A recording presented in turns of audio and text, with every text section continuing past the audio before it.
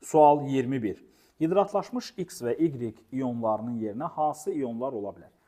Dəyərlər, bir diqqət eləyin. Baxın, dipolun mənfi nahiyəsi X-ə tərəf söykənib. Deməli, X-in özü müsbətdir ki, ona doğru mənfilər söykəniblər. Siz bilirsiniz, müsbət və mənfi bir-birini cəzb edirlər. Deməli, X-imiz müsbət yüklü iyon olmalıdır.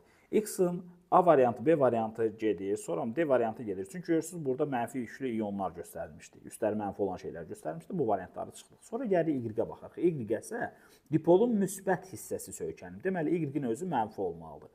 Deməli, o yüzden doğru cavabımız olacaq Y variantı. Baxın, Y mənfidir, SO4, X-a müsbətdir.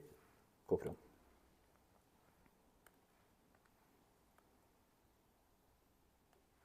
Sual 22. Hidratlaşmış X iyonun yerinə hansı iyonlar ola bilər?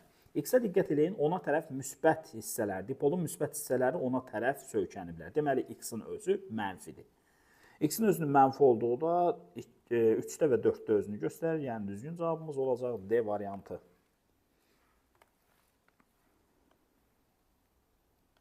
Sual 23. Natrium hidrokarbonat duzunun elektrolitik dissosiasiyasının birinci mərhələsində alınan iyonlar. Dostlar, bu gördüyünüz turş duzdur. Turş duzların dissosiasiyası mərhələlərlə gedir. Natrium HCO3.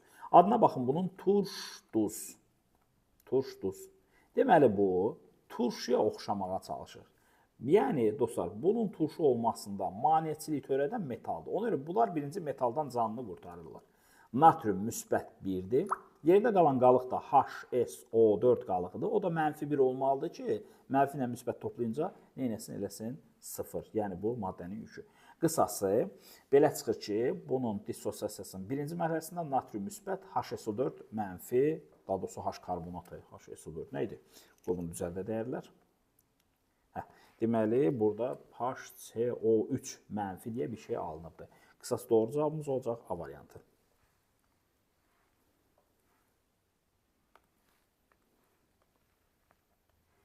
Sual 24. Məhlulda hansı iyonun təsiri ilə lakmus kağızı qızarar? Dəyərli dostlar, lakmus kağızını qızardan H müsbət iyonudur. Ona görə düzgün cavabımız olacaq Y variantı.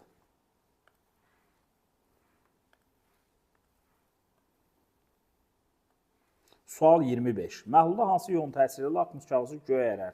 Lakmus kağızını göyərdən iyon da OH iyondur. Ona görə düzgün cavabımız A variantı.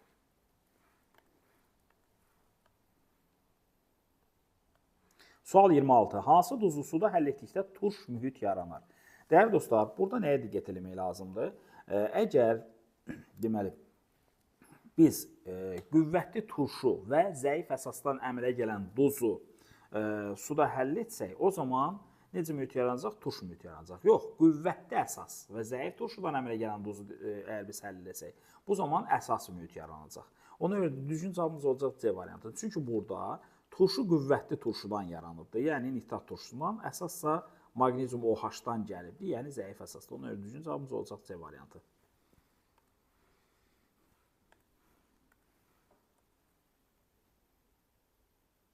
Sual 27. Mənfi yüklü iyonları göstərin. Dəyərli dostlar, verilən iyonlara diqqət edək. Birinci iyonumuz dihidroortofosfat iyonudur.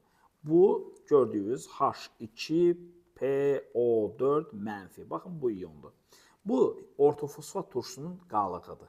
Ona görə də bu mənfi iyondur. Bizə nə deyir? Mənfi yüklü iyonlar seçsin. Yəni, birincini götürəcək. Sonra ammonium iyonu. Ammonium iyonu belə yazılır. NH4 müsbət. Gördüyünüz kimi bu mənfi iyon deyil. Ona görə 2 variantı getdi. Sulfat iyonu. Sulfat iyonu da turşu qalığı deməkdir. HSO4 turşusunun SO4 adlı iyonu. Gördüyünüz kimi bu da mənfi iyondur. Ona görə düzgün cavabımız 1-3, yəni D variantı olacaq.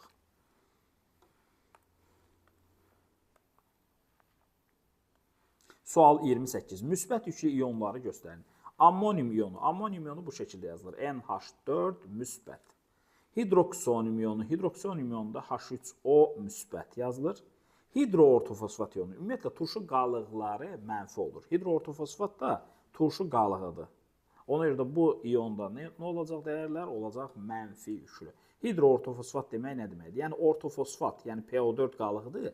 Sadəcə bir dənə də hidrogen var burada.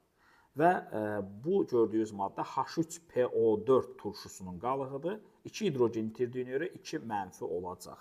Yəni, düzgün cavabımız əgər müsbət yüklü iyonlardır isə 1 və 2, yəni olacaq Y variantı.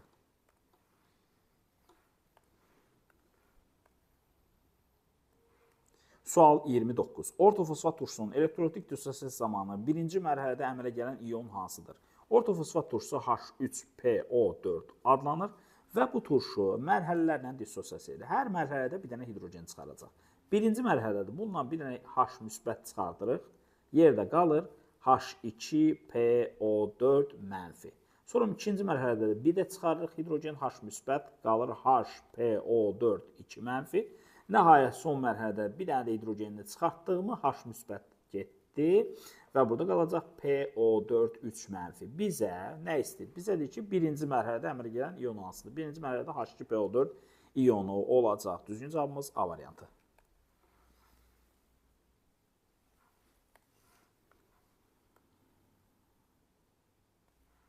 Sual 30. Ortofosfat turşusunun elektrolitik dissosiasiyası zamanı ikinci mərhələdə hansı ion əmələ gəlir? Ortofosfat turşusu H3PO4-dür və bu turşu birinci mərhələdə dissosiasiya edilir. Bir dənə hidrogeni götürün. Minus bir dənə hidrogen.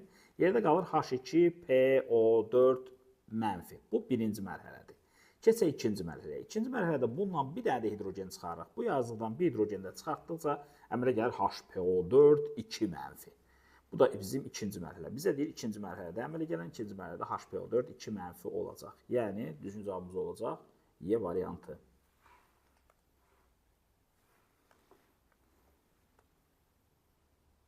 Sual 31. Hansı maddə yalnız bir mərhələdə dissosiasiya eləyəcək? Dəyərli dostlar, turşular verilib, görürsünüz bu üç variantda. Turşular da mərhələ sayı əsaslığa görədir və bu maddələrdən də B və D variantında göstərilən maddə 2 əsaslı turşudur və bunlar 2 mərhələdə dissosiasiya eləyəcək. A variantındasa 3 əsaslı turşu verilib. Yəni bu 3 mərhələdə dissosiasiya eləyəcək. Gəlirik Y variantında əsasi duz verilib. Əsasi duzlarda da dissosiasiya mərhələlərlə gedir. C variantındasa normal duz verilib. Dəyərli dostlar, normal duzlar bir mərhələli dissosiasiya eləyir. Yəni bunlar bir dəfəyə 2 dənə alüminium 3 müsbət üstə gəlirəm. 3 dənə SO4 2 mənfi adlı ion əmələ getirilir. Bunu bir mərhələdə eləyir. Onun düzgün cavabımız C variantı olacaq.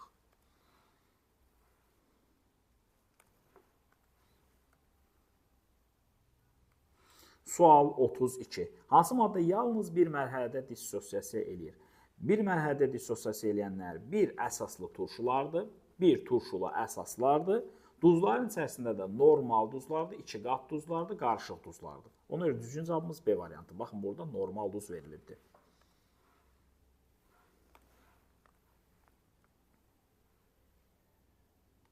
Sual 33. Deməli, bizə bir maddə verilibdir və deyir ki, ionların qatılığı artdıqca ionların dissosiasiyası sabiti necədir? Dəyərli dostlar, dissosiasiya sabiti ionların qatılığından asılı deyil. Ona görə düzgün cavabımız olacaq C variantı.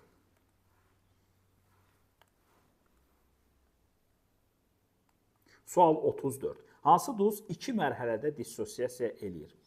Deməli, A variantında kalsium xlorid göstərilib. Bu normal duzdur. Bir mərhələdə dissosiasiya edəcək, bu gedəcək. Sonra xrom 3 sulfat. Bu da həmçinin normal duzdur. Olmaz. Alüminium xlorid normal duzdur. Olmaz. Sonra gəlirik. Alüminium sulfat normal duzdur. Olmaz. Amma B variantına baxın. B variantında barium hidroksixlorid. O maddə bu şəkildə yazır. Barium OH xlor. Bu gördüyünüz əsasi duzdur. Yəni özünü əsaslara oxşatmağa çalışır. Onun üçün da bax gördüyünüz bu turşu qalığı mane olur. Ona görə nə edir bu? Birinci mərhələdə barium OH müsbət, üstə gəlim xlor mənfi kimi dissosiasiya edir. İkinci mərhələdə həmin o barium OH müsbət ki var idi, o özü də dissosiasiya eləyir. Barium 2 müsbətə və OH mənfiyə gördüyünüz kimi 2 mərhələdə. Bu birinci mərhələ, bu da ikinci mərhələ.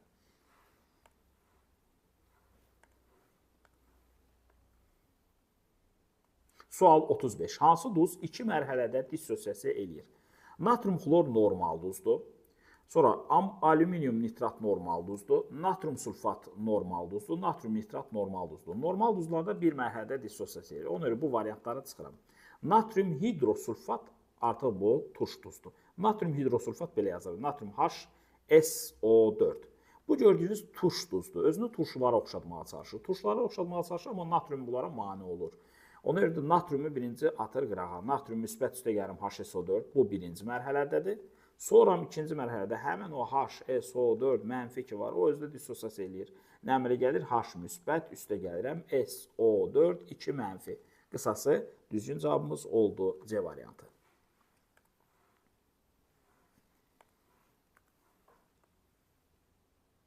Sual 36. Hansı maddələrin 1 molu tam dissosiasiya etdikdə eyni sayda iyonlar əmələ gəlir? Mən bir-bir bu maddələri dissosiasiya edəcəm. Baxın, alüminium, xlor 3. Bunu biz dissosiasiya eləsək, bir dənə alüminium əmələ gələcək və 3 dənə də xlor iyonu əmələ gələcək. Ümumilikdə biz burada 4 mol iyon gördük.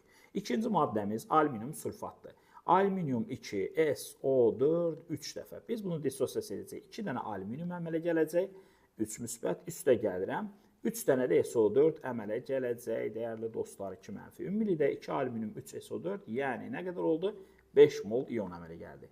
Gəlirik natrium sulfat, 3-cü maddəmiz. Natrium sulfatda bu şəkildə natrium 2 SO4-dürsə, görürsünüz, burada 2 dənə natrium var, 2 natrium müsbət iyon əmələ gəlir, bir dənə SO4 var. Yəni SO4 2 mənfi iyon əmələ gəlir. Ümumilikdə gördüyünüz kimi 2 dənə natrium, bir dənə sulfat olduğuna görə 3 mol iyon əmələ gəlmiş olur. Nəhayət 4-cü maddəmiz. 4-cü maddəmiz nədir? Natrium 3PO4-dür. Natrium 3PO4. Bu şəkildə olanda 3 dənə natrium müsbət iyon əmələ gələcək, bir dənə də PO4 əmələ gələcək. Baxın, dəyərlilər, belə çıxır ki, ümumilikdə 3 natrium 1 PO4 olduğuna görə 4 mol iyon əmələ gəlir. Onda belə çıxır ki, alüminium xloridlə natrium 3 PO4 imiş. Yəni düzgün cavabımız 1 və 4-dür. Testlərdə bunu daha rahat tapmaq istəyirsinizsə, anionun və kationun sayına baxın. Görürsünüz, bir dənə anion, 3 dənə kation, 4 mol iyon oldu. 2 dənə kation, bir dənə anion oldu, 3 mol iyon. Sonra gəlirik, deməli, hansı maddəmiz var? Sonra gəldik, deməli, alüminium sulfatda 2 dənə alüminium, 3 dənə SO4 oldu, 5 dənə. Bir dənə natrium, bir dənə də PO4 olur, 4 dənə. Belə də tapa bilərsiniz.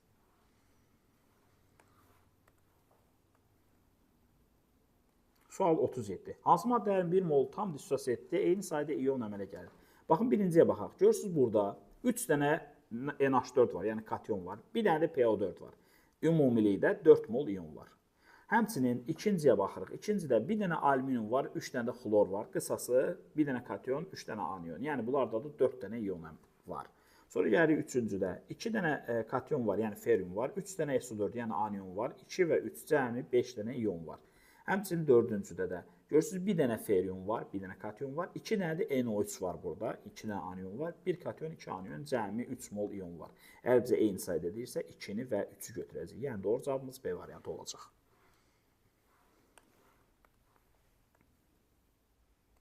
Sual 38. Argentum müsbət iyonu ilə hansı iyonların təyin etmək olmaz? Dəyərli dostlar, argentum iyonu hansısa maddə ilə həll olursa, bunu təyin etmək olmaz. Amma hansı maddə ilənsə, əgər çöküntü əmələ gətirirsə, bunu təyin etmək olacaq. Ona görə də düzgün cavabımız olacaq 3. Çünki argentumla NO3 bir-birində həll olurlar. Daha doğrusu argentum NO3-ün əmələ gətirdiyi maddə həll olan maddədir. Yəni onu artıq xüsusi bir çöküntü falan yoxdur ki, onu bir təyin edək. Düzgün cavabımız C variantı olacaq.